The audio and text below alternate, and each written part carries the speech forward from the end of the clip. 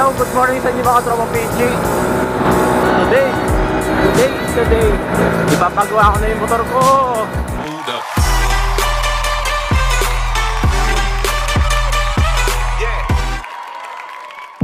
Itong motor ko na to, ipapabaka ko na. At papalitan ko ng oil seal. Yan siya in schedule. So ngayon, papunta ako ng shop para humiram ng one eternity. Guys, I'm so disappointed. Hindi ako nakahiram. Wala akong nakuha stock drive. Ay, naku, ano kaya magagawa yung motor ko nito? So, titingin na lang ako sa malapit, sabi ko sinong meron. Guys, mamaya na lang, update na lang doon. May pag nakauwi na ako. Baka meron naman doon. Baka kaya naman ng ibang tools na pwedeng ibang pagpok doon. Kasi talagang kailangan ng impact drive. Okay, bad trip.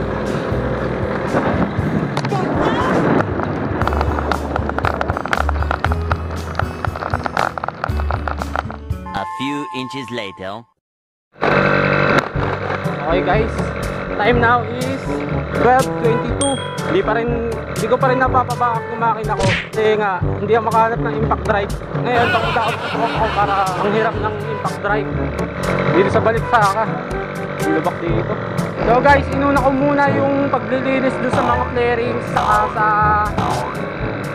mga wirings, inayos ko, nagpalit ako ng susian, and then inayos ko yung ilaw, nilinisan ko yung flarings, buong flarings ninanggal ko, in-skeleton ko muna yung motor.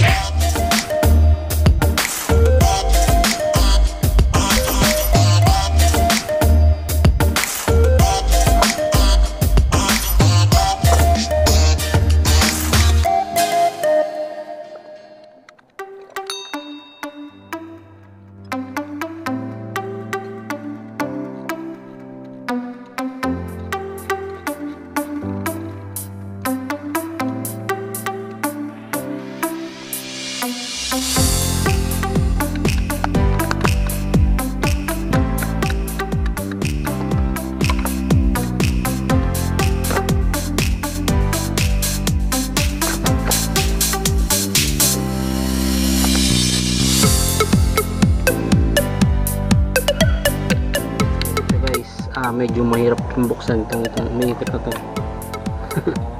Nahirapan si Kajun, pero kaya yan. Konting lakas lang.